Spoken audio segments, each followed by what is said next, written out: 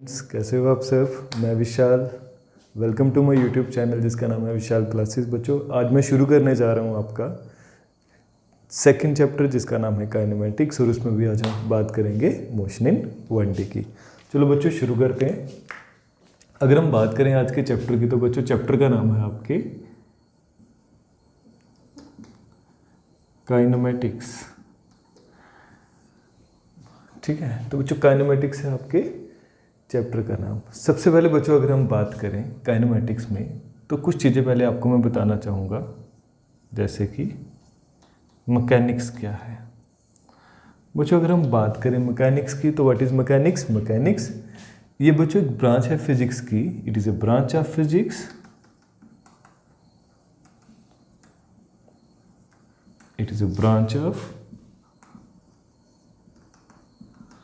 Physics which deals with the study of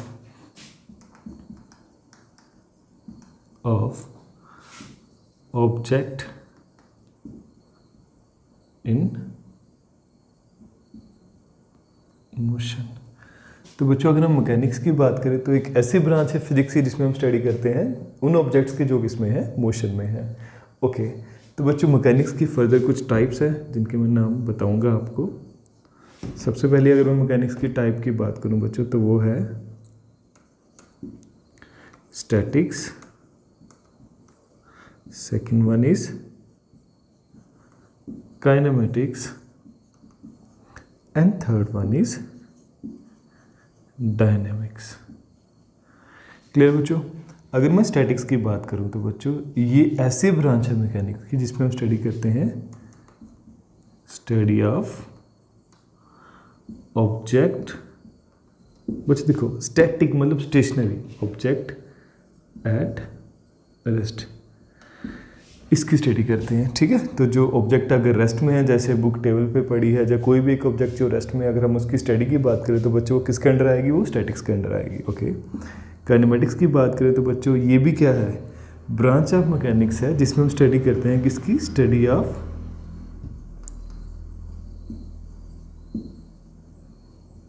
object in motion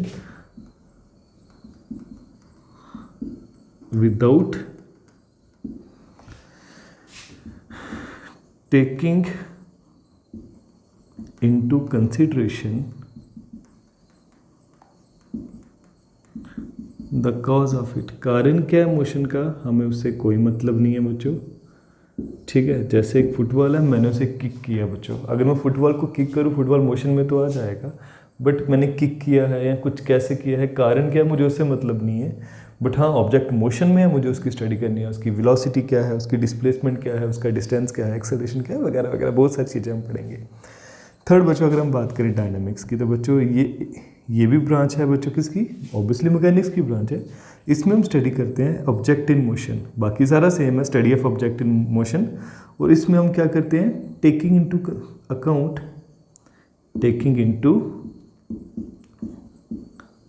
account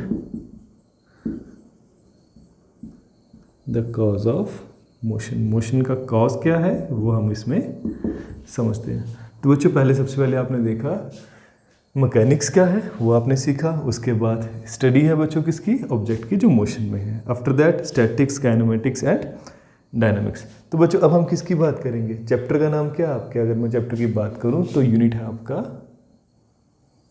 kinematics. तो मतलब मुझे यहाँ पे सिर्फ अपने आप को कहाँ तक रिस्ट्रिक्ट रखना है, मुझे सिर्फ यहाँ तक खुद को रिस्ट्रिक्ट करना है। मतलब मुझे ऑब्जेक्ट की स्टडी करनी है जो किसमें है, मोशन के। कारण क्या है मोशन का, मुझे कोई मतलब नहीं है उससे। क्लियर बच्चों। चलो बच्चों चलते हैं इसके आगे।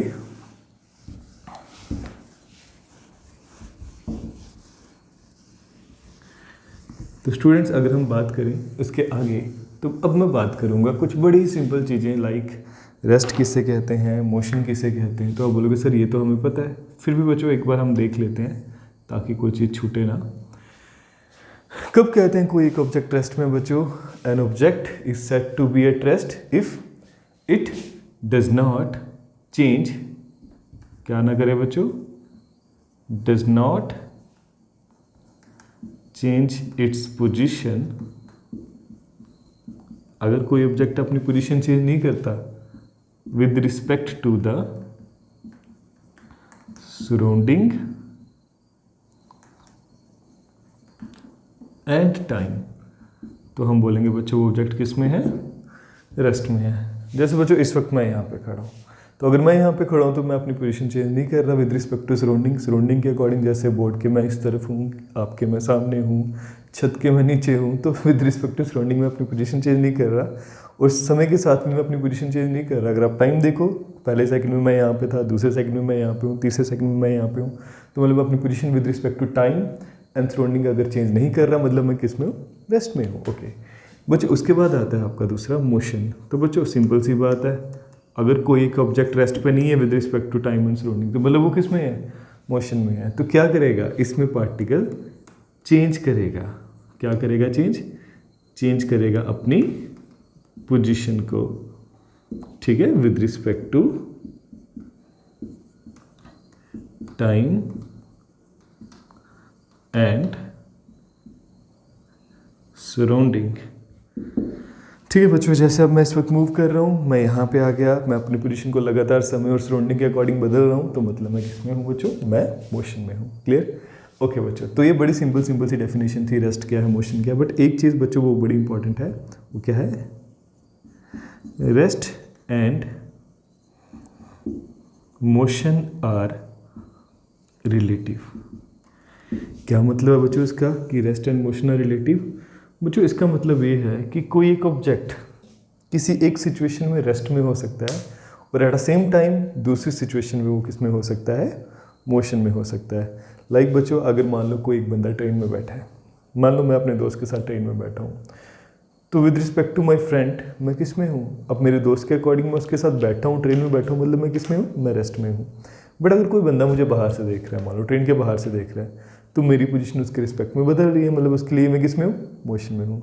तो बच्चों ये इसलिए कहा जाता है rest and motion are relative, मतलब ये सिचुएशन पे डिपेंड करती है, हम कहाँ से किसी एक चीज़ को ऑब्जर्व कर रहे हैं। क्लियर है बच्चों? तो बच्चों ये आपने सीखा रेस्ट क्या है, मोशन क्या है। उसके बाद rest and motion are relative, यानी कि किसी एक सिचुएशन में कोई एक ऑब्जेक्ट रेस्ट में हो सकता है, और एट द सेम टाइम किसी दूसरी सिचुएशन में वो किस में हो सकता है, मोशन में हो सकता है। तो बच्चों अब हम बात करेंगे, हम यहाँ पे एक सिंपल सा कंसेप्ट बड़ी बार पूछा जाता है, पॉइंट ऑब्जेक्ट किसे कहते हैं, क्या होता है पॉइंट ऑब्जेक्ट? तो बच्चों अगर हम बात करें व्हाट इज़ पॉइंट ऑब्जेक्ट, ये तो बच्चों आप बोलोगे सर पॉइंट ऑब्जेक्ट मतलब जो पॉइंट हो, जो छोटा सा हो, ऐसा नहीं है बच्चों। आपको पता है अर्थ भी एक पॉइंट ऑब्जेक्ट है ना, शॉर्ट हो, इतनी बड़ी अर्थ कैसे एक पॉइंट ऑब्जेक्ट हो सकती है, हो सकती है बच्चों। तो कैसे हो सकती है बच्चों, डिपेंड करता है वो पाथ कितना ट्रेवल कर रही है। अगर कोई एक ऑब्जेक्ट अपने साइज़ के कंपैरिजन बड़ा ज़्यादा पाथ ट्रेवल करता है, तो वो क्या कहलाएगा, वो पॉइंट ऑब्जेक्ट कहलाएगा। जस्ट लाइक बच्चों अर्थ की बात करें, अर्थ अपनी एक रेवोल्यूशन को पूरा करने के लिए, सन के अराउंड एक रेवोल्यूशन को पूरा करने में अर्थ कितना समय लगाती है बच्चों? अगर हम बात करें अर्थ कितना समय लगाती है बच्चों, 1 साल। आप बोलोगे सर 1 साल लगता है उसको, 365 डेज लीप ईयर अगर हम उसमें काउंट करें तो इतने दिन लगते हैं। तो मतलब अर्थ इतना लंबा रास्ता कवर करती है, 1 साल में कितना लंबा रास्ता कवर करेगी, इतना लंबे रास्ते में कि बच्चों अगर मैं कंपैरिजन में अर्थ का साइज़ देखूँ वो बड़ा छोटा है। तो अर्थ इतने बड़े रास्ते में सिर्फ एक छोटा सा क्या दिखेगी आपको, पॉइंट दिखेगी। तो बच्चों अगर आपसे कोई पूछे व्हाट इज पॉइंट ऑब्जेक्ट, ध्यान से सुनिएगा मेरी बात। An object is said to be a point object if its dimension is very small as compare to the path followed by it. Clear बच्चों? ओके, तो बच्चों आपने देखा पॉइंट ऑब्जेक्ट हम किसे कहते हैं। अब बच्चों हम बात करेंगे किसकी बात करेंगे, अब ये टाइप्स ऑफ मोशन की, टाइप्स ऑफ मोशन। तो बच्चों अगर मैं मोशन की टाइप्स की बात करूं, तो बच्चों सबसे पहले अगर मैं बात करने जा रहा हूं ट्रांसलेटरी, ट्रांसलेशनल भी मैं कह सकता हूं, ट्रांसलेशनल और रेक्टिलिनियर, रेक्टिलिनियर मोशन। दूसरे में मोशन की बात करने जा रहा हूं सर्कुलर एंड रोटेशनल मोशन, तीसरा बच्चों मैं बात करने जा रहा हूँ ऑसिलेटरी एंड वाइब्रेटरी मोशन। तो बच्चों ऐसे कुछ बच्चों 3 तरह के मोशन यूजुअली होते हैं। सबसे पहले बच्चों अगर मैं ट्रांसलेशनल या रेक्टिलिनियर मोशन की बात करूं तो क्या होता है ट्रांसलेशनल मोशन। बच्चों अगर कोई एक ऑब्जेक्ट ऐसे मूव कर रहा है, जैसे बच्चों ये मेरा मार्कर है, कोई भी एक बॉडी है, बॉडी बड़े सारे पार्टिकल से मिलकर बनी होगी। जैसे ये मेरा मार्कर अगर मैं यहाँ पे बनाना चाहूँ तो बड़े ज़्यादा पार्टिकल से, कुछ मैं यहाँ पे बता रहा हूँ, पार्टिकल से मिलकर बनी है। तो बच्चों अगर ये कोई बॉडी इस तरीके से मूव कर रही है स्ट्रेट लाइन में, किसका हर एक पार्टिकल स्ट्रेट लाइन में मूव कर रहा है और हर एक पार्टिकल सेम डिस्टेंस ट्रैवल करता है इक्वल टाइम में, और उनका अगर मैं पाथ की बात करूँ वो पैरेलल लाइंस से अगर आए, तो बच्चों इस तरह के मोशन को हम क्या बोलेंगे। जैसे कि एक मार्कर को मैं सीधा यहाँ से यहाँ लेके जाऊँ तो जितने भी पार्टिकल से मार्कर बना हुआ है तो वो सारे क्या करेंगे, सेम डिस्टेंस ट्रैवल करेंगे और पैरेलल लाइंस में मूव करेंगे। मतलब क्या, मतलब ये बच्चों ये सारे स्ट्रेट लाइन में मूव करें, मतलब ये मोशन क्या है, ये मोशन क्या कहलाएगा, ट्रांसलेशनल मोशन कहलाएगा। अब बोलोगे सर अब रेक्टिलिनियर मोशन क्या है। तो बच्चों अगर कोई एक छोटा सा पॉइंट ऑब्जेक्ट बच्चों मैं आपको ऑलरेडी बता चुका हूँ जिसके सिर्फ डायमेंशन उसके पाथ के अकॉर्डिंग थोड़े स्मॉल होते हैं। तो बच्चों अगर एक छोटा सा ऑब्जेक्ट या एक पॉइंट ऑब्जेक्ट क्या करता है, अगर वो स्ट्रेट लाइन में मूव करता है तो बच्चों मतलब उस मोशन को मैं क्या बोलूँगा, उस मोशन को मैं रेक्टिलिनियर मोशन बोलूँगा। आई थिंक क्लियर है आपको। ओके बच्चों अब बात करते हैं बच्चों सर्कुलर एंड रोटेशनल मोशन की। तो बच्चों सर्कुलर या फिर रोटेशनल मोशन की अगर मैं बात करूँ, मान लेते हैं बच्चों मेरे पास क्या है, अर्थ चक्कर लगा रही है। कि अर्थ किसके चक्कर लगा रही है, अर्थ सन के राउंड रिवॉल्व कर रही है। मान लेते हैं कि वो पाथ क्या है, ऐसे एलिप्टिकल होता है, मान लेते हैं सर्कुलर है। तो अगर कोई एक पार्टिकल क्या कर रहा है बच्चों, कोई एक पार्टिकल अगर पाथ कवर कर रहा है और वो सर्कल में मूव कर रहा है, कोई एक particle, it may be sun around the earth around the sun, तो बच्चों इस मोशन को मैं क्या बोलूँगा, सर्कुलर मोशन बोलूँगा। ठीक है, एक पार्टिकल, एक पॉइंट मास, एक पॉइंट ऑब्जेक्ट की बात कर रहा हूँ, उसका मोशन अगर अलाउंग सर्कल है तो उस मोशन को मैं सर्कुलर मोशन बोलूँगा। तो आप बोलोगे सर रोटेशनल मोशन क्या है। तो बच्चों अर्थ अपने एक्सिस के अबाउट क्या करती है, आप बोलोगे सर अर्थ अपने एक्सिस के अबाउट रोटेट करती है। रोटेट करती है मतलब कैसे रोटेट करती है, जरा समझिएगा बच्चों। अर्थ स्फेरिकल होती है, मैं थोड़ा उसको ऐसे बना रहा हूँ, अब 2D में हम ऐसे बना सकते हैं।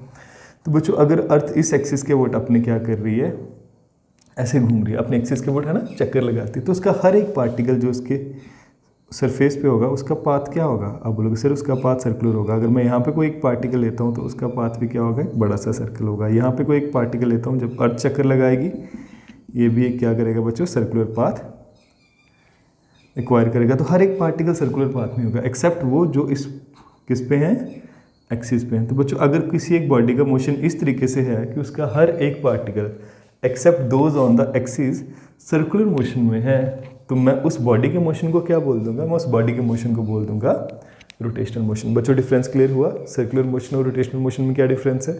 ओके बच्चों अब ऑसिलेटरी या वाइब्रेटरी मोशन की बात अगर हम करें तो ऑसिलेटरी या वाइब्रेटरी मोशन बच्चों क्या होता है, तो इस बात को आप ध्यान से समझिएगा।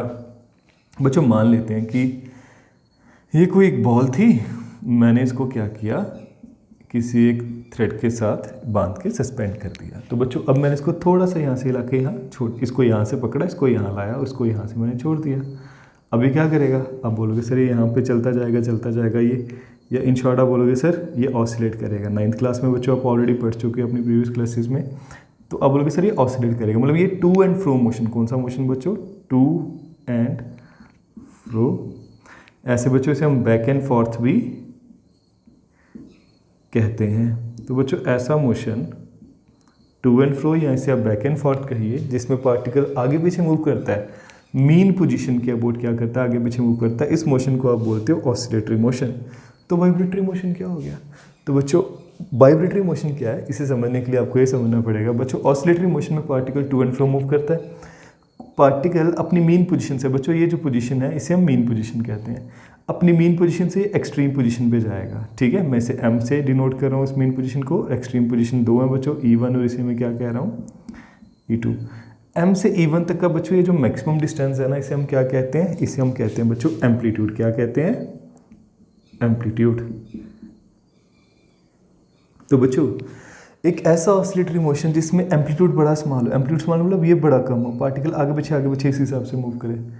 जैसे बच्चों आपका मोबाइल फ़ोन क्या करता है, मान लो अगर ये आपका मोबाइल फ़ोन है, अभी आपका फ़ोन आएगा तो ये वाइब्रेट करेगा, इसे अभी नहीं बोलोगे सर ये ऑसिलेट कर रहा है, ये वाइब्रेट कर रहा है, यानी कि इसका जो एम्पलीट्यूड है वो क्या है, बड़ा स्मॉल है। तो एक ऐसा ऑसिलेटरी मोशन जिसमें एम्पलीट्यूड बड़ा स्मॉल हो, उस मोशन को हम क्या कहेंगे, वाइब्रेशनल मोशन कहेंगे। आई होप आपको ये चीज़ें क्लियर हो चुकी हैं। तो बच्चों फटाफट देखते हैं, शाबाश, हमने अभी तक क्या देखा यहाँ पे। हमने 3 तरह के मोशन की बात की, ट्रांसलेशनल या फिर रेक्टिलिनियर मोशन, सर्कुलर या फिर रोटेशनल मोशन, ऑसिलेटरी और वाइब्रेटरी मोशन की हमने बात की।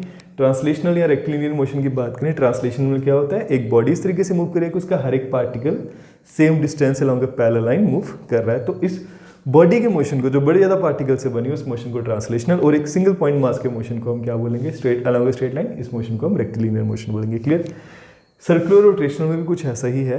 रोटेशनल मोशन में क्या होता है, कोई एक बॉडी इस तरीके से मूव करती है कि उसका उसकी पेरिफेरी पे हर एक पॉइंट सर्कुलर मोशन में है, except those on the axis वाली लाइन को छोड़ के, तो उसे बच्चों हम रोटेशनल मोशन बोलेंगे। बट एक किसी सिंगल पार्टिकल का मोशन इन अ सर्कल, उसे हम सर्कुलर मोशन बोल देंगे। ओके।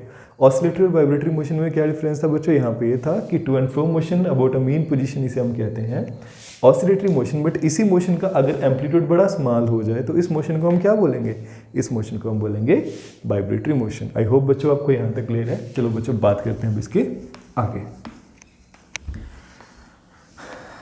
अब बच्चों हम बात करने जा रहे हैं, हमने टाइप्स ऑफ मोशन की बात कर ली, ठीक है, रेस्ट की, मोशन की, सारी चीज़ें हमने देख ली। अब बच्चों हम बात करने जा रहे हैं फ्रेम ऑफ रेफरेंस की। बहुत इंपॉर्टेंट टॉपिक है बच्चों, बच्चे 12th क्लास में भी पास आउट हो जाते हैं तब भी उनको ये टॉपिक क्लियर नहीं होता। कौन सा बच्चों, फ्रेम ऑफ रेफरेंस। तो बच्चों क्या है ये फ्रेम ऑफ रेफरेंस, अब हम ये देखते हैं।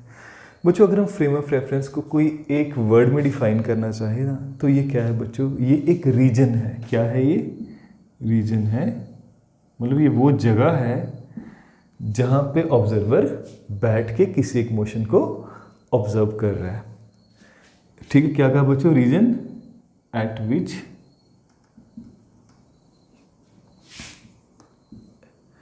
N observer is placed and observing the motion of a particle,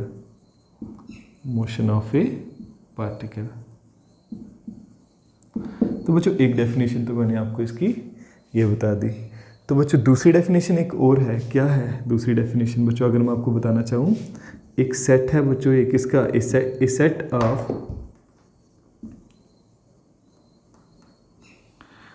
coordinate axis, अगर हम बात करें तो ये क्या दूसरा है, ए सेट ऑफ कोऑर्डिनेट। चलो बच्चों हम एक ही डेफिनेशन करेंगे।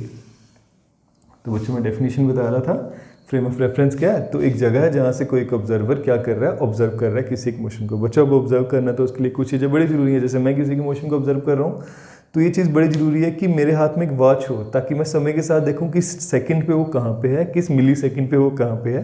तो समय के साथ मुझे उसके मोशन को देखना है। तो बच्चों अगर मैं उसके मोशन को देखूँगा तो उसके लिए क्या चीज़ नहीं बहुत ज़रूरी है, एक वॉच बहुत ही ज़रूरी है।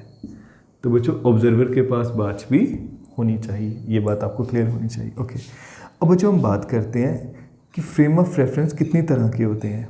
ठीक है, तो बच्चों फ्रेम ऑफ रेफरेंस कितनी तरह के होते हैं, फ्रेम ऑफ रेफरेंस मेनली 2 तरह के होते हैं बच्चों। कौन कौन से, inertial frame of reference, inertial frame of reference, और दूसरा है बच्चों non inertial frame of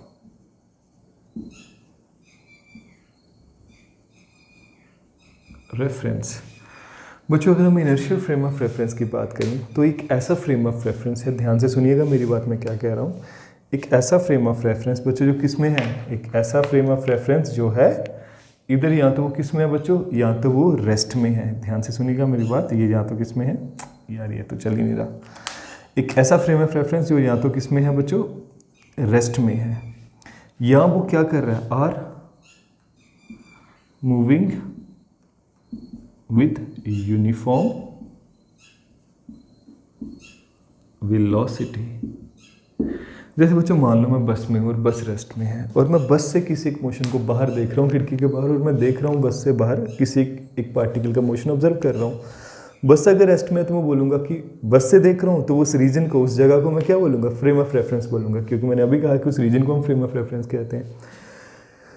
but वो बस रेस्ट में है तो उस फ्रेम ऑफ रेफरेंस को मैं इनर्शियल फ्रेम ऑफ रेफरेंस कहूँगा। या फिर अगर वो बस बड़ी ही यूनिफॉर्म वेलोसिटी के साथ मूव कर रही है, बच्चों यूनिफॉर्म वेलोसिटी जब मैं वर्ड यूज़ करता हूँ मतलब डायरेक्शन चेंज नहीं कर रही और वो अलॉन्ग स्ट्रेट लाइन जा रहा है और मैग्नीट्यूड जितना है, जैसे अगर वो 4 मीटर पर सेकंड की स्पीड से मूव कर रही है बस, तो 4 मीटर पर सेकंड में कोई भी कांस्टेंट स्पीड के साथ वो कांस्टेंट वेलोसिटी के साथ मूव कर रही है। याद रखिएगा बच्चों, in a straight motion in a straight line uniform velocity और यूनिफॉर्म मोशन एक ही कहलाता है।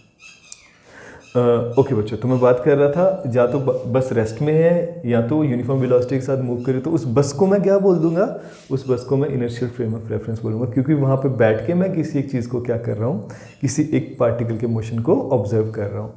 तो बच्चों ये था inertial frame of reference. Clear. अब हम बात करने जा रहे हैं non inertial frame of reference की। तो बच्चों non inertial frame of reference एक ऐसा फ्रेम ऑफ रेफरेंस है अगर कोई एक पार्टिकल या कोई एक रीजन किस में है, अगर वो एक्सेलरेट कर रहा है, या किस में क्या है बच्चों, वो कोई एक पार्टिकल, यानी कि एक ऐसा फ्रेम ऑफ रेफरेंस जो एक्सेलरेटेड है। जैसे बच्चों अगर मान लो मैं बस में हूँ और बस एक्सेलरेट कर रही है, बच्चों एक्सेलरेट करने का मतलब ये नहीं होता कि वो सेम स्पीड से मूव कर रही है। एक्सेलरेट करने का मतलब उसकी स्पीड में लगातार बढ़ोतरी हो रही है या फिर वो क्या हो रहा है, डिक्रीज हो रहा है। आपने देखा होगा बच्चों, मान लो आप कार में बैठे हो, जैसे ही कार की स्पीड बढ़ती है तो आपको झटका लगता है, आप एक्सेलरेट आगे करते हो, आपको झटका पीछे लगता है ना। वैसे अगर आप कहीं ब्रेक लगाते हो तो भी वेलोसिटी में चेंज आता है। देखो वेलोसिटी चाहे आप एक्सेलरेट करो चाहे आप ब्रेक लगाओ, दोनों केसेस में बच्चों क्या होगा, वेलोसिटी में चेंज आएगा। तो बच्चों ऐसे ही मोशन को हम एक्सेलरेटेड मोशन कहते हैं, वो तो आप जानते ही हो। बट इस मोशन में आपने देखा आपको एक झटका लगता है, अगर कार आगे एक्सेलरेट कर रही हो आपको पीछे की तरफ एक झटका यानी कि एक फोर्स लगेगी। अगर आप ब्रेक लगाते हो तो आपको आगे की तरफ, आप आगे की तरफ गिरते हो थोड़ा, तो ये फोर्स लगेगी। इस फोर्स को बच्चों हम क्या कहते हैं, इस फोर्स को हम कहते हैं सूडो फोर्स। कौन सी फोर्स बच्चों, सूडो फोर्स। अब सूडो फोर्स क्यों कहा जाता है बच्चों, ये आप समझ सकते हो। सूडो फोर्स कहने के, सूडो मतलब फिक्टिशियस, मतलब जो रियल में नहीं है, ठीक है, याद रखिएगा। सूडो फोर्स मतलब फिक्टिशियस फोर्स जो रियल में नहीं एक्ट करती। तो बच्चों अभी हमने किसकी बात की, अभी हमने बात की फ्रेम ऑफ रेफरेंस की। तो what is frame of reference, एक ऐसा रीजन जहाँ पे ऑब्जर्वर बैठ के अलॉन्ग विद द वॉच किसी एक पार्टिकल के मोशन को ऑब्जर्व कर रहा है। दो तरह के फ्रेम ऑफ रेफरेंस मैंने बच्चों आपको बताए, एक इनर्शियल फ्रेम ऑफ रेफरेंस और दूसरा non inertial frame of reference. बच्चों इनर्शियल फ्रेम ऑफ रेफरेंस की बात करें तो एक ऐसा फ्रेम ऑफ रेफरेंस जो रेस्ट में है या वो क्या कर रहा है, जब वो मूव कर रहा है यूनिफॉर्म वेलोसिटी के साथ, ठीक है। और non inertial frame of reference कैसा हुआ बच्चों, एक ऐसा फ्रेम ऑफ रेफरेंस जो एक्सेलरेटेड है और इस फ्रेम ऑफ रेफरेंस में आपको एक सूडो फोर्स लगती है। बच्चों अब कुछ चीज़ें और आपको इसके बारे में बताना चाहूँगा। इनर्शियल फ्रेम ऑफ रेफरेंस में बच्चों न्यूटन के लॉज लगते हैं, एप्लीकेबल हैं। Newton's laws are applicable. यहाँ पे न्यूटन के लॉज एप्लीकेबल नहीं होते। क्लियर है बच्चों, कैसे नहीं होते बच्चों, हम देखेंगे जैसे जैसे मैं आपको एग्जांपल्स बताऊंगा, ये सारी चीज़ें आपको क्लियर होती जाएंगी। अच्छा बच्चों मान लो मैं किसी एक अर्थ पे किसी एक मोशन को ना मैं मून पे बैठ कर देख रहा हूँ, तो वो मून क्या कहलाएगा, वो मून क्या कहलाएगा, वो मून फ्रेम ऑफ रेफरेंस कहलाएगा। सिमिलरली बच्चों अगर मैं बात करूँ, मैं अर्थ से मून के मोशन को देख रहा हूँ, तो अर्थ क्या है, earth is the frame of reference. मतलब फ्रेम ऑफ रेफरेंस एक ऐसी जगह जहाँ से किसी मोशन को ऑब्जर्व किया जाता है। मेरा एक छोटा सा क्वेश्चन आपसे है और ज़रा सोचिएगा इसके बारे में बच्चों। अर्थ की अगर मैं बात करूं, हम सारे अर्थ पे हैं, अर्थ एक इनर्शियल फ्रेम ऑफ रेफरेंस है या non inertial frame of reference है, सोचिए शाबाश। अब बच्चों ये सोचोगे यार अर्थ पे हम सारे हैं, हम सारे रेस्ट पे हैं, तो रेस्ट मतलब यार ये तो इनर्शियल फ्रेम ऑफ रेफरेंस होगा, यही सोचा ना। अगर ये नहीं सोचा फिर क्या सोचा होगा, तो बच्चों आपको ये सोचना चाहिए किस एक पार्टिकल के मोशन को आप देख रहे हो। अगर आप मून के मोशन को ऑब्जर्व कर रहे हो, जब प्लैनेटरी कोई और प्लैनेट्स हैं, जो और कोई हेवनली बॉडी है, आप उसके मोशन को ऑब्जर्व कर रहे हो, तो अर्थ भाई क्या कर रही है, अर्थ तो एक्सेलरेट कर रही है, अर्थ चक्कर लगा रही है सन के अराउंड। तो ये जो सर्कुलर मोशन होता है ये तो एक्सेलरेटेड मोशन होता है। तो ये अगर एक्सेलरेटेड मोशन है तो भाई हम किस पे हैं, हम एक non inertial frame of reference पे हैं। क्लियर है बच्चों? ओके, तो बच्चों ये कुछ चीज़ें आपने देखी फ्रेम ऑफ रेफरेंस और कितनी तरह के होते हैं। ओके बच्चों, अब हम बात करेंगे इसके आगे बच्चों मैं आपको बताने जा रहा हूँ कि 1 डायमेंशनल, 2 डायमेंशनल और 3 डायमेंशनल मोशन के बारे में। बड़ा सिंपल है बच्चों। सबसे पहले बात करने जा रहे हैं 1 डायमेंशनल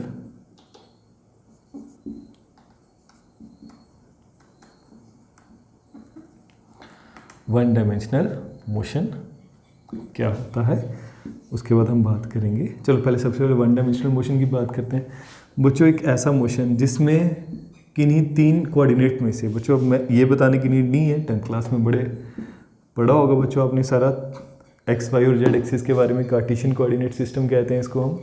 अगर कोई एक पार्टिकल इस तरीके से मूव कर रहा है बच्चों कि उसका सिर्फ एक ही कोऑर्डिनेट चेंज करे, जैसे अगर ये पार्टिकल यहाँ मूव कर रहा है बच्चों, तो आप जानते हो उसका कौन सा कोऑर्डिनेट चेंज कर रहा है, इसका एक्स कोऑर्डिनेट चेंज कर रहा है। लगातार एक्स के साथ इसकी पोजीशन में चेंज आ रहा है, तो इसका एक्स कोऑर्डिनेट चेंज करेगा। तो बच्चों ये जरूरी नहीं है कि ऐसा ही कैसा भी मोशन हो सकता है कोई एक मोशन ऐसा हो।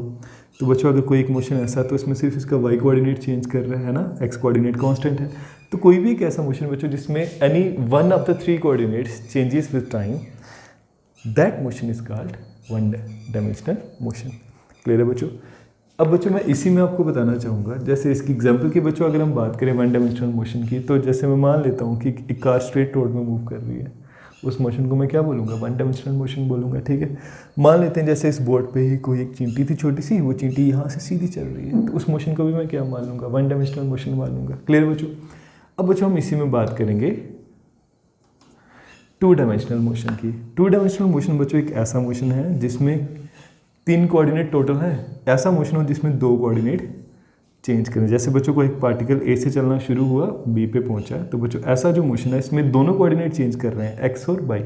जैसे बच्चों ये अगर मैं बात करूं, ये आपका जो बोर्ड है ये एक 2D प्लेन है, आप इसको इसकी एक्स एक्सिस मान सकते हो, ये जो ऊपर वाली है जिसको वाई एक्सिस मान सकते हो। तो इसमें जैसे मैं कोई भी एक पार्टिकल, जैसे एक लाइन में ऐसा कोई एक वो कर रहा हूँ, तो ये मोशन कैसा है, अगर कोई एक पार्टिकल यहाँ से यहाँ जा रहा है तो उसका मोशन 2D मोशन है, उसके 2 कोऑर्डिनेट चेंज कर रहे हैं। सो बच्चों अब आपको पता है 2 डायमेंशनल मोशन कैसा मोशन जिसमें कोई 2 कोऑर्डिनेट्स चेंज करें, ठीक है, मोशन में। ओके, तो बच्चों 2 डायमेंशनल मोशन आपने देखा होगा बच्चों, कई बार ना रूम की दीवार पे छिपकली भाग रही होती है, तो वो छिपकली का मोशन क्या है, 2 डायमेंशनल मोशन है। ठीक है, फ्लोर पे कॉकरोच भाग रहा है, सीधा नहीं भाग रहा, आप उसके पीछे पड़े हो, आगे पीछे ऐसे तरीके से मूव कर रहा है, उसका मोशन क्या है, 2 डायमेंशनल मोशन है। ठीक है बच्चों, अब हम बात करने जा रहे हैं 3 डायमेंशनल मोशन के बारे में। 3 डायमेंशनल मोशन बच्चों क्या हुआ, ऑब्वियसली बच्चों जिसमें क्या हो, जिसमें तीनों में से तीनों ही कोऑर्डिनेट क्या करें, चेंज करें। ठीक है, एक्स वाई और जेड तीनों कोऑर्डिनेट चेंज करें। बच्चों आपको ये पता होगा जेड एक्सिस यहाँ नहीं है, जेड एक्सिस यहाँ होती है, बट बना नहीं सकते यहाँ पे, इसलिए थोड़ा इसको यहाँ पे ऐसा किया होता है। इसकी एग्जांपल अगर बच्चों आपसे पूछे, कोई एक फ्लाई है, बटरफ्लाई मूव कर रही है आपके रूम में, ठीक है, या कोई एक बी है मूव कर रही है, ठीक है बच्चों, वो जिसका मोशन है स्पेस में जो मोशन है वो 3 डायमेंशनल मोशन होता है। ठीक है, बट बच्चों हम अपने आप को काइनेमेटिक्स के पहले पार्ट में सिर्फ 1 डायमेंशन तक ही रिस्ट्रिक्ट रखेंगे। ठीक है, हम मोशन सिर्फ स्टडी करेंगे मोशन अलोंग स्ट्रेट लाइन पे। ओके बच्चों, तो बच्चों ये आपने देखा कुछ जनरल चीज़ें जो मैंने आपको बताई इस चैप्टर में। अब बच्चों हम बात करने जा रहे हैं, किसकी बात करने जा रहे हैं बच्चों, अब हम कुछ और बड़ी ही सिंपल और इंटरेस्टिंग चीज़ें, जैसे कि हम बात करने जा रहे हैं बच्चों सबसे पहले डिस्टेंस क्या होता है। आप बोलोगे सर डिस्टेंस, ये तो हमें पता है क्या होता है बच्चों डिस्टेंस। बच्चों डिस्टेंस होता है the total path length travelled, the total path length travelled.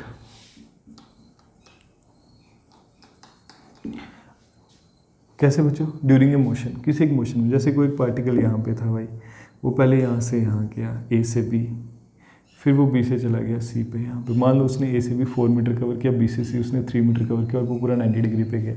तो बच्चों अगर आपसे मैं पूछूं बच्चों बताओ मुझे डिस्टेंस कितना हुआ, बोलोगे सर ये उसने टोटल पाथ लेंथ कवर की है, कितनी बच्चों, जो डिस्टेंस होगा आप बोलोगे सर वो तो होगा ए से बी प्लस बी से सी, तो 4 मीटर प्लस क्या आ जाएगा 3 मीटर, अल्टीमेटली आपका आंसर आ जाएगा 7 मीटर। बिल्कुल सही है बच्चों, ये डिस्टेंस है जब टोटल पाथ को एक पार्टिकल कवर करता है।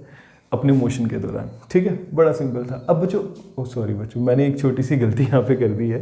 मैंने डिस्टेंस आपको पढ़ाया बट लिखा यहाँ पे डिस्प्लेसमेंट है। ठीक है, तो बच्चों मैंने किसकी बात की है? मैंने बात की है, चलो एक बार फिर से देखते हैं। What is distance? Distance is the total path length. तो बच्चों बड़ी सिंपल सी चीज़, हम डिस्टेंस की बात करने जा रहे हैं। What is distance? The total path length travel. जो कोई पाथ लेंथ किसी एक पार्टिकल ने अपने मोशन में ट्रेवल की होगी, उस पाथ लेंथ को हम क्या बोलेंगे? डिस्टेंस बोलेंगे। लाइक बच्चों, अगर कोई पार्टिकल ए से बी जाता है, फिर वो बी से सी जाता है, मान लो ए से बी 4 मीटर है और बी से सी 3 मीटर है, तो भाई वो 90 यहाँ पे गया, तो डिस्टेंस कितना हुआ उसका? A B plus B C, 4 metre plus 3 7। तो बच्चों ये आप सारे जानते थे। अब बच्चों हम बात करने जा रहे हैं, किसकी बात करने जा रहे हैं? अब हम बात करने जा रहे हैं डिस्प्लेसमेंट की। तो भाई डिस्प्लेसमेंट और डिस्टेंस में क्या फ़र्क है, चलो देखते हैं। तो अगर हम डिस्प्लेसमेंट की बात करें बच्चों, व्हाट इज़ डिस्प्लेसमेंट? जैसे बच्चों अगर कोई पार्टिकल ए से पहले गया बी पे, फिर बी से गया फाइनली सी पे, तो इनिशियल बच्चों वो ए पे था, फाइनली वो कहाँ पे है? सी पे है। ए और सी के बीच का बच्चों ये जो शॉर्टेस्ट पाथ है ना, इन दोनों को अगर मैं ज्वाइन कर दूं, इस शॉर्टेस्ट पाथ को ही हम क्या कहते हैं? डिस्प्लेसमेंट कहते हैं। So what is displacement? The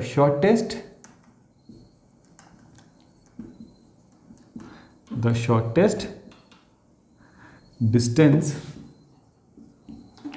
between the initial and final position.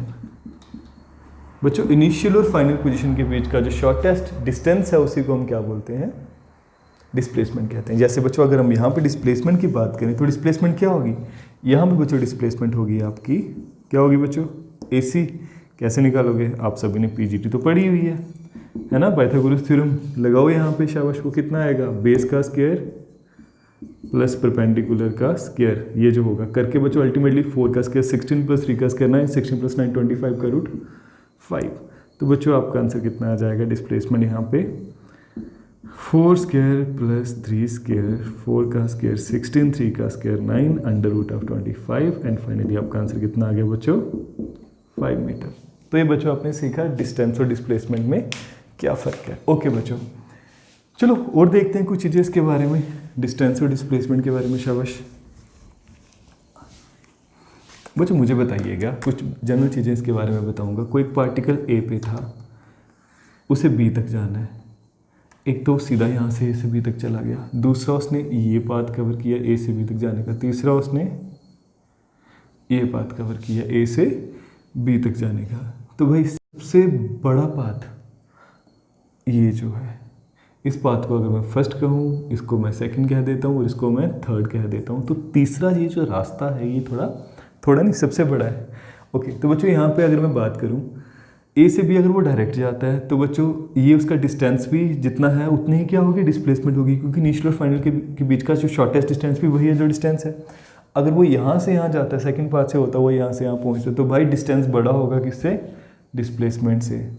और यहाँ पे अगर हम बात करें तो भाई डिस्टेंस और ज़्यादा बड़ा है किससे? डिस्प्लेसमेंट से। तो बच्चों एक बात तो आपके दिमाग में आ ही गई होगी, क्या आ गया होगा? डिस्टेंस हमेशा क्या होता है? Distance is always greater than और इक्वल टू डिस्प्लेसमेंट। डिस्टेंस कभी भी डिस्प्लेसमेंट से छोटा नहीं होगा। क्लियर? अच्छा बच्चों, एक और चीज़ मैं आपको बताता हूँ। मान लेते हैं कि कोई पार्टिकल ए से चलना शुरू किया, ए से चलते चलते चलते चलते बच्चों फाइनली फिर से ए से पहले वो गया बी पे पहले पाथ से, और बी से कहाँ आ गया? दूसरे पाथ से होता हुआ वो कहाँ आ गया? ए पे आ गया। तो बच्चों क्या उसने कोई डिस्टेंस कवर किया? आप बोलोगे हाँ सर बिल्कुल किया है, ए से बी, बी से सी, ये जो उसने पाथ कवर किया है। बट बच्चों यहाँ पे डिस्प्लेसमेंट क्या है? जहाँ पे था भाई फिर से वहीं पे पहुँचे हैं, इनिशियल और फाइनल पोजीशन सेम है, तो डिस्प्लेसमेंट क्या होगी? 0 होगी। तो बच्चों इस केस में आपने क्या देखा? डिस्प्लेसमेंट 0 हो सकती है, बट क्या डिस्टेंस 0 हो सकता है किसी एक मोशन का? मोशन है भाई, चला तो है, चला है, तो डिस्टेंस 0 कभी होगा ही नहीं, बट डिस्प्लेसमेंट 0 हो सकती है। तो डिस्प्लेसमेंट कैन बी 0, ठीक है, बट डिस्टेंस कभी भी 0 नहीं हो सकता। क्लियर है बच्चों? ये चीज़ें अपने दिमाग में रखनी है। क्या देखा बच्चों आपने देखा कि डिस्प्लेसमेंट 0 भी हो सकती है, और आपने ये देखा डिस्प्लेसमेंट कभी भी डिस्टेंस से बड़ी नहीं होगी। चलो बच्चों कुछ सिंपल सी एग्जांपल्स इसके ऊपर हम बात करेंगे। क्या बच्चों, मान लेते हैं कि एक सर्कुलर ट्रैक है, ठीक है, इस सर्कुलर ट्रैक का अगर मैं बात करूँ, मान लेते हैं कि सर्कुलर ट्रैक का रेडियस जो है मैं इसको 4 हिस्सों में डिवाइड कर दिया। इस सर्कुलर पाथ का जो रेडियस है, मतलब यहाँ सेंटर से लेके यहाँ तक का डिस्टेंस, या सेंटर से लेके यहाँ तक का कुछ भी आप मान लो, रेडियस बच्चों आपको दिया है 7 मीटर। कोई एक पार्टिकल यहाँ से चलना मूव शुरू करता है ए पॉइंट से, रास्ते वो बी पे पहुँचेगा, फिर वो सी पे पहुँचेगा, फिर वो कहाँ पहुँचेगा, डी पे पहुँचेगा, मतलब ए से बी, बी से सी, सी से डी और डी से फाइनली ए पे पहुँचेगा। मेरा बच्चों आपसे क्वेश्चन ये है कि आप मुझे ये बताएंगे, क्या बताएंगे बच्चों, आप मुझे बताएंगे फ्रॉम ए टू बी उसने डिस्टेंस कितना कवर किया और उसकी डिस्प्लेसमेंट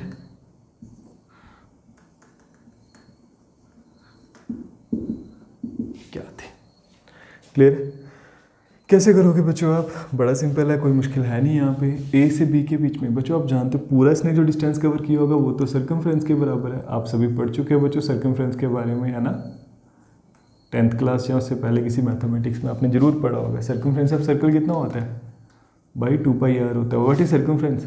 तो ये जो पाथ पूरा जो यहाँ से लेके यहाँ तक की जो लेंथ होती है, तो भाई अगर वो 2πr है तो 2 इंटू पाई तो कितना होता है 22/7। आर कितना है 7, ऐसे करोगे तो ये आएगा 44 मीटर। तो भाई 44 metre is the total distance from A to A. तो भाई इसको अगर मैं 4 हिस्सों में डिवाइड कर दूँ तो ए से बी तक का डिस्टेंस कितना होगा? ऑब्वियसली डिवाइडेड बाय 4 कर दो, 44 डिवाइडेड बाय 4 11 मीटर। बट अगर आपसे कोई बोले कि बताइए बच्चों ए से बी के बीच में डिस्प्लेसमेंट क्या है, ये इनिशियल ए है, ये फाइनल है, तो डिस्प्लेसमेंट तो सीधा शॉर्टेस्ट डिस्टेंस होता है। ए को बी के साथ जोड़ दीजिए बच्चों, आपको मिल जाएगा। अगर ये रेडियस है तो भाई ये भी क्या है? रेडियस है। तो डिस्प्लेसमेंट लगाइए बच्चों पीजीटी, आपको हाइपोटेन्यूज मिल जाएगा √7² + 7 √49 + 49 √90। बच्चों आपका आ गया आंसर। कोई मुश्किल यहाँ पे नहीं है। अब बच्चों हम बात करेंगे डिस्प्लेसमेंट कहाँ से कहाँ बच्चों? फ्रॉम ए टू सी। अब हम ए से सी तक की बात करेंगे कि यहाँ से यहाँ तक डिस्प्लेसमेंट क्या हुई है। ओके बच्चों, चलो देखते हैं। अगर मैं ए से सी तक की बात करूँ बच्चों, तो ए से सी तक के बीच में डिस्प्लेसमेंट क्या होगी? सबसे पहले बच्चों डिस्टेंस क्या होगा? आप बोलोगे सर यहाँ से यहाँ तक अगर 11 है तो यहाँ से यहाँ तक भी 11 होगा, मतलब 11 + 11 कितना बच्चों? 22 मीटर। यहाँ तक आपको कोई मुश्किल नहीं होगी। बट जब मैं डिस्प्लेसमेंट की बात करूँगा तो हो सकता है कुछ बच्चों को थोड़ा सा लगे कि यार डिस्प्लेसमेंट ए से सी के बीच में क्या है। सिंपल सी बात है बच्चों, ए से सी तक का जो डायमीटर है यही क्या है इसकी डिस्प्लेसमेंट। जैसे ए इनिशियल पॉइंट, सी फाइनल पॉइंट, दोनों को जोड़ दो डायमीटर के बराबर हुआ, तो ये कितना हुआ बच्चों? ये आपका हो गया 7 का, सॉरी ये डायमीटर के बराबर है, तो भाई 7 + 7 कितना? 14 मीटर। क्लियर? अब बच्चों मैं बात करूंगा फ्रॉम ए टू डी।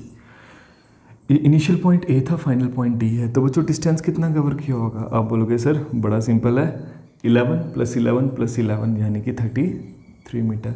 और डिस्प्लेसमेंट आप बोलोगे सर इसमें भी हमें कोई प्रॉब्लम नहीं है, क्योंकि अब हम जानते हैं ए से डी इसका शॉर्टेस्ट डिस्टेंस सीधा ये आएगा। और भाई वो कितना होगा? ऑब्वियसली ये 7 तो ये मुझे बताने की नीड ना हो, ये कितना होना चाहिए? 98। ऑलरेडी बता चुका हूँ आपको। और लास्ट बच्चों हम बात करने जा रहे हैं फ्रॉम ए टू ए। अगर वो ए से फिर से कहाँ तक पहुँचा बच्चों? ए तक पहुँचा। ये ए पे था, फिर से ए पे पहुँचा है। बताइए बच्चों डिस्टेंस क्या? बोलोगे सर इसने तो पूरा सर्कमफ्रेंस कवर कर लिया, यानी कि 44 मीटर। अगर आपसे मैं बोलूँगा बच्चों बताओ मुझे डिस्प्लेसमेंट क्या है, तो आप क्या बोलोगे? आप बोलोगे सर डिस्प्लेसमेंट तो इनिशियल और फाइनल के बीच का डिस्टेंस होता है। इनिशियल भी यही, फाइनल यहाँ पे था, फाइनली भी यहाँ पे, तो इनिशियल और फाइनल पोजीशन सेम और उनके बीच का डिस्टेंस क्या होगा? 0। मतलब भाई डिस्प्लेसमेंट यहाँ पे क्या है? 0 है। तो ये बच्चों कुछ चीज़ें आपने डिस्टेंस और डिस्प्लेसमेंट पे की, जिससे आपको थोड़ा और ज़्यादा क्लैरिटी आ जाएगी। क्लियर बच्चों? चलो चलते हैं आगे।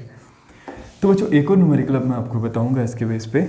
अब मैं आपको बताऊँगा स्पीड और वेलोसिटी क्या है।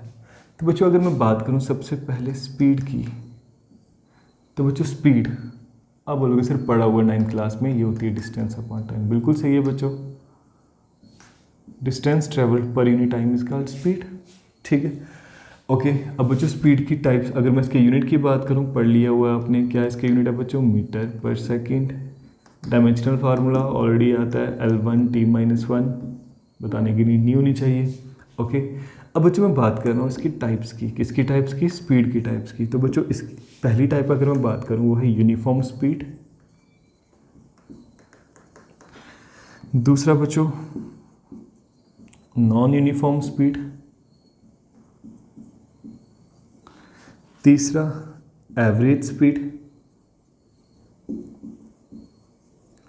And fourth one is instantaneous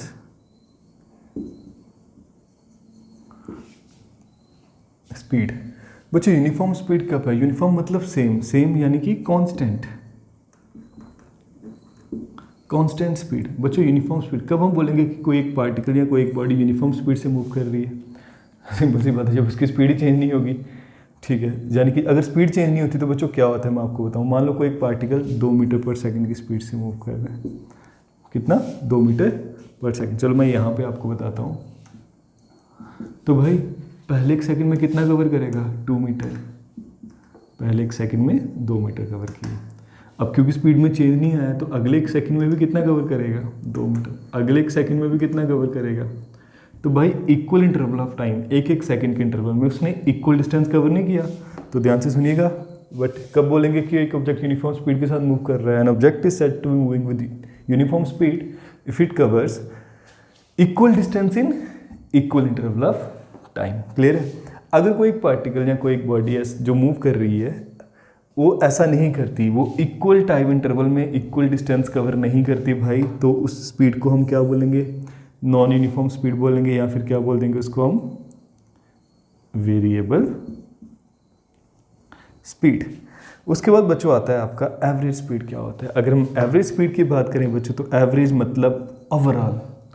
ठीक है, ओवरऑल। तो बच्चों मान लो मैं कठुआ से जाता हूँ, कहाँ पे? पठानकोट जाता हूँ। ठीक है, मान लेते हैं कठुआ से पठानकोट का डिस्टेंस कितना होता है बच्चों? अप्रॉक्सीमेटली होगा 20 किलोमीटर या 25 किलोमीटर। चलो मैं 20 किलोमीटर लेके चलता हूँ। तो भाई इसके बीच में जब मैं यहाँ से यहाँ तक गया, रास्ते में 2-3 टोल, एक तो लखनपुर का टोल प्लाजा आ गया होगा, आगे माधोपुर का नाका आ गया होगा। तो भाई बीच में 2-3 जगह आपको रुकना पड़ा होगा। आपने गाड़ी स्टार्ट किया, आपने एक्सेलरेट किया, खाली जगह दिखी, आपको रोड खाली दिखा, एक्सेलरेट किया, आगे टोल प्लाजा आ गया, आपको रुकना पड़ेगा। फिर आप फिर से एक्सेलरेट करोगे, आगे फिर से नाका आ जाएगा, आपको रुकना पड़ेगा। तो बच्चों कभी आपकी स्पीड बढ़ रही है, कभी आपकी स्पीड गाड़ी की कम हो रही है। क्या आपकी कोई स्पीड थी कांस्टेंट? नहीं थी ना। तो बच्चों अब अगर मैं आपसे पूछूं कि बताओ बच्चों आपकी स्पीड कितनी थी, तो आप क्या बोलोगे? आप तो कोई टेंशन में पड़ जाओगे कि हाँ पहले 20 थी, फिर 40 हुई, फिर रोकना पड़ा, 0 भी हुई, फिर 80 हुई, ऐसा कुछ भी होगा।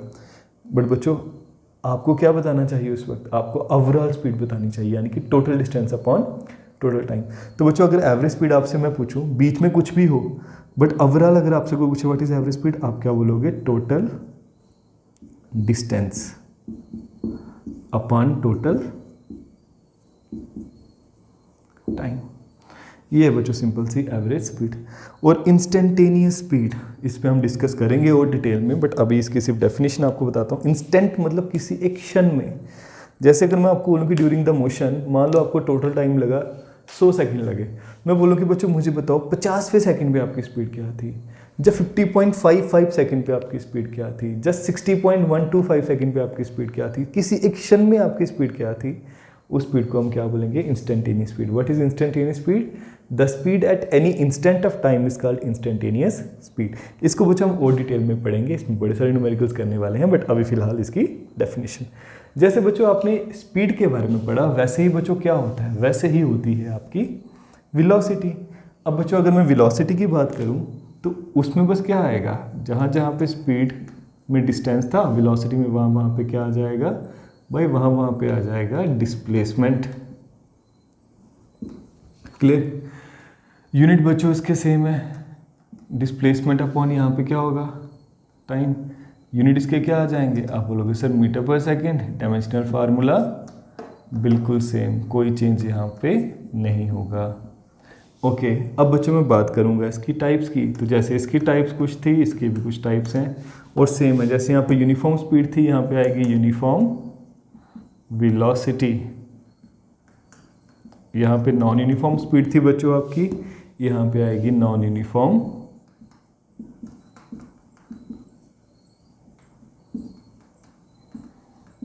वेलोसिटी। एवरेज स्पीड आपने यहाँ पे पढ़े बच्चों, यहाँ पे मैं आपको बताऊंगा average velocity. And fourth instantaneous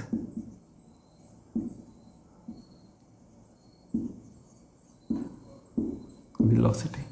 uniform velocity बच्चों यहाँ पे था, अगर कोई एक पार्टिकल इक्वल टाइम इंटरवल में इक्वल डिस्टेंस ट्रेवल करता है तो मतलब वो यूनिफॉर्म स्पीड। अगर कोई एक पार्टिकल या कोई एक body equal interval of time में इक्वल डिस्प्लेसमेंट कवर करती है भाई यूनिफॉर्म वेलोसिटी, अगर नहीं करती तो नॉन यूनिफॉर्म वेलोसिटी। एवरेज मतलब यहाँ पे total distance upon total time था, यहाँ पे क्या आएगा total displacement upon total time. और instantaneous velocity, velocity at any instant of time, उसे हम क्या बोलेंगे इंस्टेंटेनियस वेलोसिटी। ये बच्चों कुछ खास है इंस्टेंटेनियस वेलोसिटी और इंस्टेंटेनियस स्पीड, ये पढ़ने का बड़ा मजा आएगा क्योंकि इससे पहले हमें थोड़ा डिफ्रेंसिएशन का नॉलेज होना चाहिए। ओके बच्चों, तो ये कुछ चीज़ें आपने सीखी स्पीड और वेलोसिटी के बारे में। एक जो चीज़ बच्चों जो मैंने आपको नहीं बताई थी वो थी इसकी नेचर। नेचर क्या होगी स्पीड और वेलोसिटी की? बच्चों स्पीड और वेलोसिटी की वही नेचर है जो डिस्टेंस और डिस्प्लेसमेंट की है। अब आप बोलोगे सर डिस्टेंस और डिस्प्लेसमेंट की क्या नेचर है? पढ़ा हुआ है बच्चों आपने, कईयों के दिमाग में आ भी गया होगा कि भाई distance is a scalar quantity, distance की कोई डायरेक्शन नहीं होती। तो अगर डिस्टेंस स्केलर क्वांटिटी है तो डिस्टेंस अपॉन टाइम स्पीड वो भी क्या होगी स्केलर होगी। Displacement is a vector quantity, displacement upon time velocity वो भी क्या होगी एक वेक्टर क्वांटिटी होगी। इस बात का आपको खास ध्यान रखना है जी। अभी भी अगर किसी के दिमाग में ऐसा है सर कैसे हमें नहीं पता चला, चलो देखते हैं बच्चों। मान लेते हैं कोई एक पार्टिकल, भाई एग्जांपल जो आपको ऑलरेडी बता चुका हूँ, ए से बी, बी से सी, फाइनली कोई एक पार्टिकल पहुँचता है। ए से बी वो 4 मीटर कवर करता है, बी से सी 3 मीटर। बच्चे बताओ डिस्प्लेसमेंट क्या आपने बोला सर ये है कितना 5 मीटर है। भाई इसकी एक पर्टिकुलर डायरेक्शन है ना ए से सी की तरफ, डिस्टेंस की कोई एक डायरेक्शन है ए से बी, बी से सी, अगर कुछ और हुआ तो कुछ और, तो उसकी एक पर्टिकुलर डायरेक्शन है ही नहीं डिस्टेंस की, है ना। बट डिस्प्लेसमेंट की हमेशा क्या होती है एक पर्टिकुलर डायरेक्शन होती है। अगर डिस्प्लेसमेंट की एक पर्टिकुलर डायरेक्शन है मतलब displacement is a vector quantity, vector quantity देखो displacement upon time velocity is a vector quantity. और जिनकी डायरेक्शन नहीं होती भाई वो क्या कहलाते हैं स्केलर कहलाते हैं। तो बच्चों ये था आज के लेक्चर में। आज मैंने आपको कुछ बेसिक समझाया। क्या बेसिक बताया बच्चों मैंने आपको? आज मैंने आपको बताया स्पीड और वेलोसिटी क्या है, उनके बीच का क्या डिफरेंस है। चलो बच्चों बात करेंगे इसके आगे। अब मैं आपको कुछ न्यूमेरिकल दूंगा जिसमें मुझे आप एवरेज स्पीड और एवरेज वेलोसिटी निकाल के